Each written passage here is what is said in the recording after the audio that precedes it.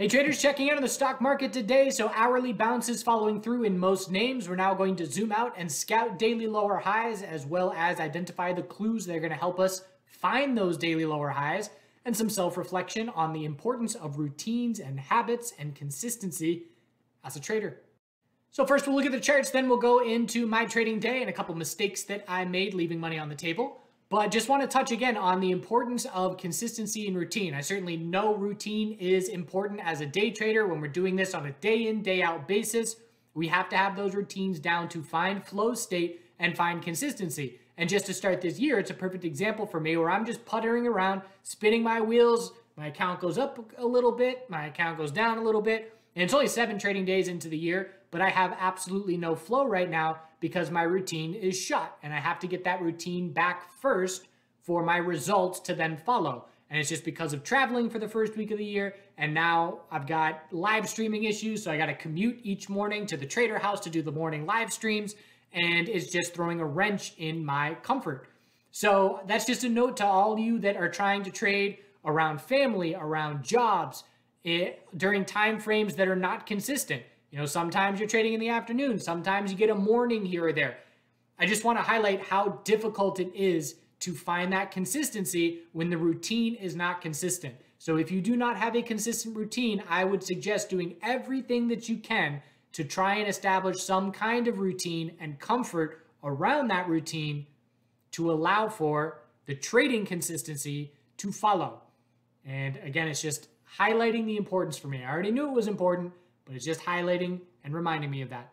So we got our hourly trend changes in many individual names and sectors. I was watching the futures chart this morning saying, okay, if we start the morning with some weakness, I'm scouting a 4-hour higher low on the S&P 500 and the NASDAQ futures charts, and we then have to break the highs of pre-market to confirm 4-hour trend changes, which is what we did. So 4-hour trend changes on futures, hourly trend changes on regular trading hours. So we look at SPY. SPY's low today was our hourly higher low. We saw it with 5 and 15 minute oversold conditions this morning. And those 5 and 15 minute oversold conditions marked our hourly higher low. We then broke the highs of pre-market, trend change confirmed. Now we zoom out and we scout a daily lower high because anything under the all-time high is a daily lower high. Can we V-shape bounce straight to a new all-time high? Absolutely. SPY is better at doing it than anybody else as we have our sectors rotating around, and that's a possibility. So keeping that in mind, but if we lose the hourly uptrend, that's the first indication of our daily lower high being set. If the bears are going to prove anything to us at this point, seeing that we're just consistently forming higher lows, if we're going to see anything from the bears, it will have to be a confirmed daily downtrend. That would then have us say, okay, bears are proving something. But if not, if we hold this low of 464.65, nope, it's 456.60. If we hold that low, bulls keep complete control. Bigger picture on the S&P 500. NASDAQ had the same little 4-hour trend change. So looking at it on QQQ, low of today, 5 and 15 minute oversold conditions was the hourly higher low. And then continuation from there. We had Powell speaking today, and there was a little bit of a fake out on the morning where we had a nice move off the low. We did not change the 5-minute trend yet. We double topped at the high of the day and then headed back down to the low of the day. And then the bulls turned on the juice. But definitely a bit of a fake out there. And that is where I was faked out of some of my Netflix swing position. And again, it was a mistake where I exited and left money on the table. Those are my kinds of mistakes. That's my conservative style. I don't want my mistakes to be losing a lot of money. I want my mistakes to be leaving money on the table. And that is what happened. So I'll go into those details in just a bit, but just so we remember later in the video, that is what led to a bit of a fake out. But in the end, QQQ bulls following through. Again, lots of space for that daily lower high and more likely for it to be set on QQQ than on SPY because of the distance that the bulls have to cover. And we know we've been a weaker sector than SPY. We still need about 4.9%. We'll just call it 5%, whereas SPY needs half of that. So we can say that a daily lower high is more likely on QQQ than it is on SPY. I'm watching daily EMA 12 resistance. I'm watching the hourly uptrend. And again, the loss of the hourly uptrend will be the first indication of a potential daily top of the bounce being set. And then from there, it's up to the bulls to confirm a daily trend change back in their favor for the bulls to resume control. We confirmed a weekly downtrend, as I talked about yesterday, for the first time since the COVID lows. But if it lacks any follow through, it's just another monthly higher low. We've been setting monthly higher lows since the COVID lows. We have 1, 2, another little one in there, 4, and this would be number 5. If we can hold 349.87, and you can see EMA 12 support hasn't even been tested on the monthly. So as of right now, it is a weekly confirmed downtrend with 0 follow through, but bulls definitely want to confirm a daily trend change back in their favor for that to be 0 follow through for the bears. SMH, nice bounce. So broke support, 0 follow through, hardly broke it. Pretty much 50 cents. Bounce on the daily. Anything under 318.69 is a daily lower high. Closing up near the high of the day. Hourly uptrend is our guide. When we lose the hourly uptrend, daily lower high is set. And bulls just want to shape up a daily trend change back in their favor. NVDA, again, we've been watching this downtrending support line, which we did bounce off of yet again. And now we're going to be watching this resistance line is more of a channel, so that's not even in play yet. But again, we need a big enough bounce to create space for a daily trend change. NVDA has not seen a daily higher low and higher high since the all-time high.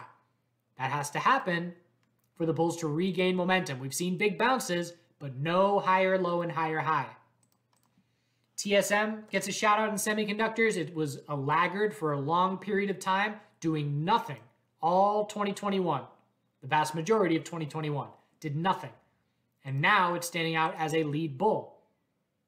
Daily higher low set. Earnings are approaching. Double check that date. But just keeping an eye on TSM for that shift that it has seen. And if we look at it on the monthly perspective, EMA 12 support, trying to head back towards that all-time high. Tesla, daily bounce underway. Again, a lot of space for a lower high. That's why the thumbnail of this video is scouting daily lower highs, because there's so many names that still have a ton of space for these daily lower highs to form. What's the retracement size going to be? That's going to be important information to us. Right now, it's about a 40% retracement. We know the bulls want 50% plus to create the space for a daily trend change to try and take place. Hourly uptrend is our guide. So bulls need to maintain these hourly higher lows. Tomorrow's a pretty important day for the markets overall, for the bouncing names. Because if we see red across the board tomorrow, and if daily lower highs are set, this is a fairly weak daily bounce. If we see another green day like today across the board, then we've got that space for the daily trend changes to shape up. And that goes for SPY and QQQ and SMH and NVDA. And again, tons and tons of individual names have that as the setup as we head into tomorrow. So NIO had a big bull day today. It stood out a bit stronger all morning because of its Chinese correlation. I'll show you what I mean in a second, but low, high, held support, pretty much a double bottom, and now we scout a lower high, anything under 33.80 for the tightening daily range. And again, all morning NIO stood out, and I saw Tesla weakness on the morning, which had me think Baba was probably having a good day. And I looked over on the morning, and that's how Baba started. So Baba still keeping strength on its shift in momentum. We had that daily higher low. I believe we checked in on these names maybe in the January 4th video. We checked in on the Chinese names to be scouting this trend change, which we obviously got. And now bulls looking for more, but need a convincing break of that resistance. High of Friday and high of today. A little bit of a double top. Only a red flag if we lose 126.23 support. If that level holds, the bulls keep these little stair steps higher going and keeps that weekly bounce going as well. Just looking for a weekly lower high to be the result of this bounce. I'll be watching Baba to try and set up a weekly trend change. And we have not seen a convincing weekly higher low and higher high in many, many months. So if this bounce can create enough space, depends on the earnings reaction as well, but need a big enough weekly bounce to then scout a weekly trend change attempt. Healthcare, significant bounce follow through as well. Again, retracement size at this point, probably low 40%, right around 40%. Bulls want that 50% plus. We are scouting a daily lower high. Tons of space for it to form. Question is, do we get the 50% bounce retracement to then scout the trend change attempt back to the bulls to shape up the weekly higher low? But certainly XLV on Team Bull the last couple of days. XLF inside bar today, but right up at the all-time high, still very strong. All we've got here to break is 41.46. And I took a trade here today. Lesson for me today was I've been trying to swing trade more overall, just in general, forever. I just want to get better at swing trading, swing trade more, because I know that I will be transitioning to that style of trading as I age. Every year, I'm going to want to trade more swing trading, less day trading. Because again, the amount of time that I put in the last 6 years day trading is not sustainable for the rest of my life, unless I want to slowly morph into this chair and become part of it. So the lesson for me the past couple of days is having, it's always, I'm always torn, because you have examples where on Netflix and this current XLF trade I'm about to go over, I had bigger picture mindset, swing trade mindset for the trade. So I have to let it play out.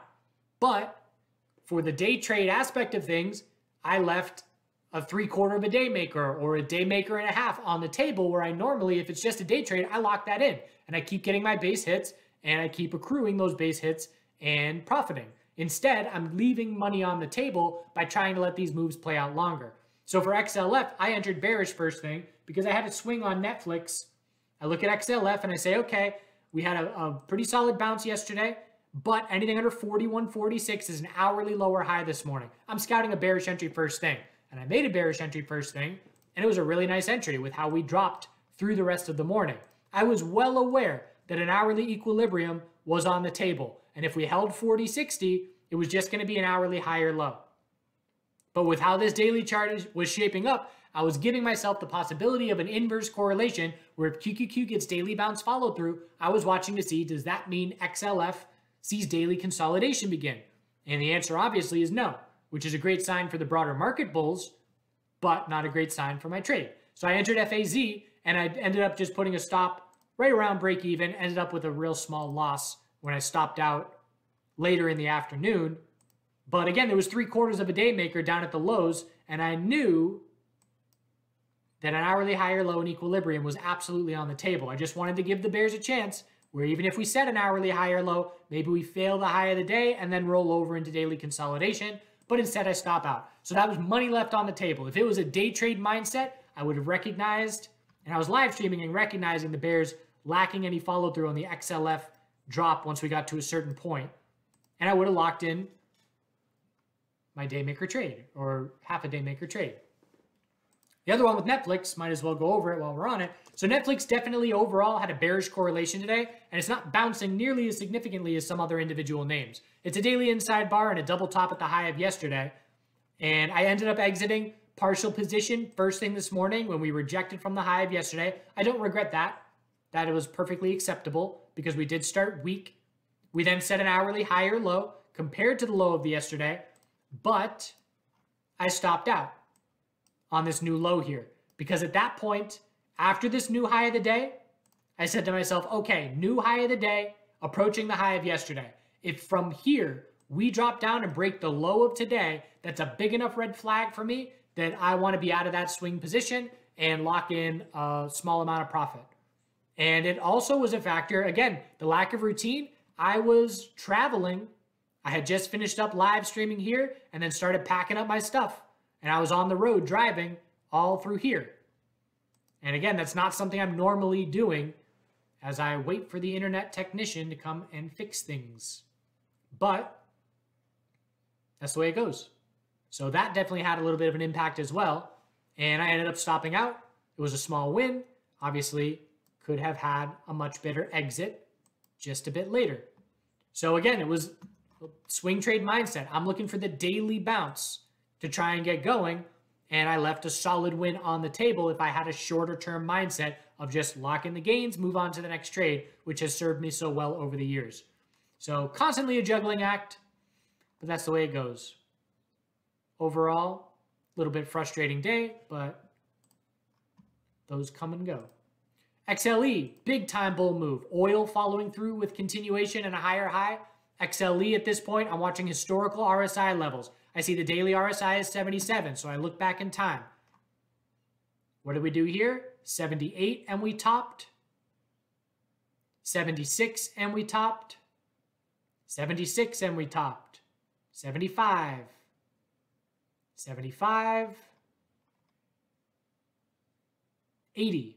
So I can go back and say that over the last 3.5 years, we have topped out at 80, 76, 75, 76, blah, blah, blah. So here we are at historical RSI levels, very overextended. That being said, it's the hourly uptrend that's going to be our guide, and I know that the next time we pull back, we have a lot of space for another hourly higher low to form. So rather than trying to jump in front of a speeding bull train, I would want to see a big enough pullback on the hourly to then scout an hourly lower high to top fish and have a clear level to play against versus just trying to short against this momentum and hoping I nail the top. That's how I approach a lot of trades in this style. Day trades all the time as well. So if I were looking bearish on XLE, that's what I would be looking for. But obviously there's a ton of space for a daily higher low to form next time we consolidate. And again, it was just the financial sector and the energy sector completely lagging growth and tech, the first leg up on the COVID bounce, and the last 6 weeks, health or financial sector and XLE significantly standing out as stronger. So the question is, how long can they keep it up? But higher low every day the last 7 days, and bulls very strong today. How do we look big picture on energy? Monthly higher lows keep going, 65.15, very important resistance approaching. 65.15 is the highest price we've seen in 7 years. So with daily RSI at historical pullback levels, you ask me what are the odds that we break 65, whatever, from here? I would say we are very likely to see daily consolidation first. Let's see what the inventory report reaction is tomorrow on oil. IWM, daily bounce underway. Anything under 227.13 is just a lower high. So we got our low, high of the bounce, higher low, and watching to see if we set that lower high. Triple top in the mid 220s. Hourly uptrend is our guide. Lots of space for a higher low to form. Anything above the low of today. Have to lose the hourly uptrend for the top of the bounce to be shaping up. XBI, daily bounce, not very strong. If we can't break 107.40, bears are in complete control on the daily still. Definitely some gains for the bulls, but not a very convincing bounce. Keep in mind, this bounce that you see right here, from that low, obviously you're not going to nail the low and nail the high, but that's a 5% bounce, which means the leveraged ETFs went 15% there. Again, I cannot stress enough how significant the volatility in the 3 times leveraged biotech sector ETFs, LABU and LABD, have been over the last bunch of months. As a day trader, they provide all the volatility that you need. If you want to get familiar with an instrument, as long as this keeps up, XBI is your go-to, and LABU and LABD allow you to trade either direction seamlessly, develop zero bias. You don't care what direction the sector goes because you can profit in either direction and utilize that volatility. If we have 15% over 2 days, that's a lot of pie where I only need a little piece. I only need a third of that move to have a really nice 2 days. Cannabis space ACB standing out on the Canadian MJ side because of the falling wedge breaking bull. We broke the daily lower high resistance level. We do still need a trend change, so that's the next proving it. This is breaking daily resistance, saying, okay, you got my attention, but once we top out, we need the higher low and higher high to keep our attention. And again, it's based on TLRY's earnings reaction, which woke up the sector a little bit. And we got MSOS bouncing. Anything under 26.51 is just a lower high. Bulls have to change the daily trend there as well. Just keeping an eye on things. Still watching the psychedelic sector. When's the last time I've talked about the psychedelic sector? Not in a very long time. Why? Because it's been extremely weak. But I'm going to make a lot of money in the psychedelic sector, whether it's in 3 years, 7 years, 2 months. I have no idea when, but I know that hype and euphoria will come to this space because as laws change, I know that the biggest catalyst with the biggest profit moves in stocks come from law changes. So whether that's, EV technology and EV credits and the Green Deal, whatever, or whether it's legalizing cannabis, or whether there's so many different examples. You got the bearish private prisons when Obama administration came in and said, hey, we're doing away with these private prisons. And you look at the long-term charts and it's been nothing but down. Well, not recently, but for a long time, nothing but down. My point is, government policy, government laws have very significant impact and very significant opportunity on stock prices. So as we see laws beginning to change, Canada's doing it first. Canada did cannabis first, way before. Canada did hemp first and cannabis first before the US. They're now starting to do psychedelics first. And it will change. In 5-10 years, this will be a legitimate sector, in my opinion. So watching for that shift. They're at all-time lows. Well, many of them are, not MNMD. CMPS is at all-time lows. I'm on a rant at this point, but bottom line is just keeping an eye on things, because again, all it takes is a spark of a catalyst, some hype and euphoria. They're thinly traded. Not many people know about them, and watching for that at some point in time in the future to be a significant opportunity. Again, back burner trade years from now. I have no idea when, but there will be hype and euphoria, and we'll be looking at these names heading back up towards all-time highs. ATAI, IPO, nothing but down. But we will find a bottom, and we will see significant opportunity for bulls at some point. Netflix, already went over it.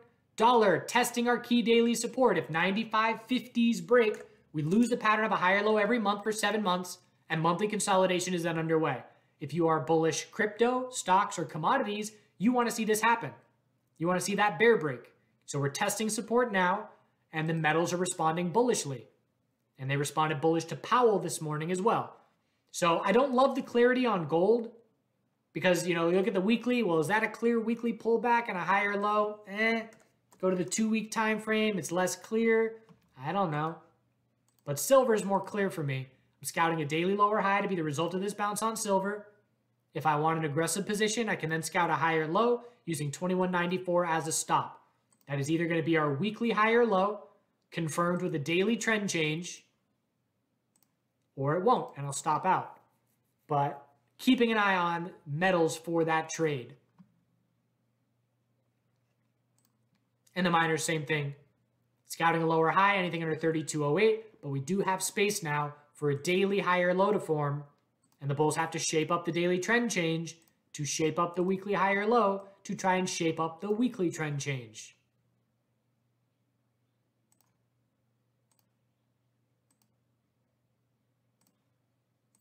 All right, that's all we got for now. Hope you had a good day. We will check back in tomorrow. Again, the open tomorrow is going to determine the direction I'm looking. If we open higher, looking bearish for hourly consolidation. If we open lower, we're going to scout an hourly higher low compared to the low of today, at least as far as the S&P 500 is concerned. Do good things.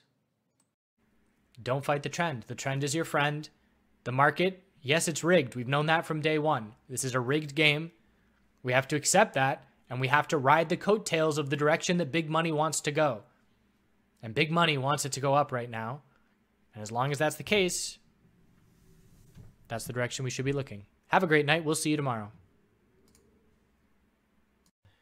So adventure time, we are still in Utah, heading to Bryce Canyon National Park, hanging out in some caves and in some canyons in the meantime, and an otherworldly place. So in Bryce Canyon, it's known for all these, I think they're called them hoodoos, but it looks like those sand castles you make when you put the wet sand in your hand at the beach and you dribble to make those really cool shapes. And these are just eroded kinds of rock from rain and time and wind that create some really cool patterns and some nice colors and landscapes. Sand castles bigger than you are.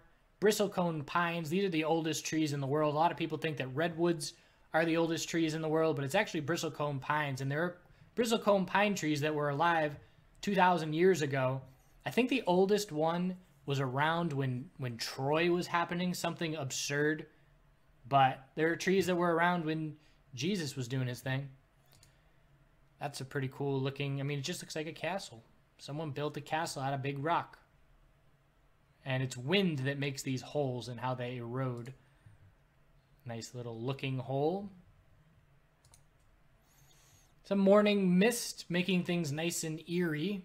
And I ended up camping at a spot. There was a fire that ran through here. So this is where I was camping.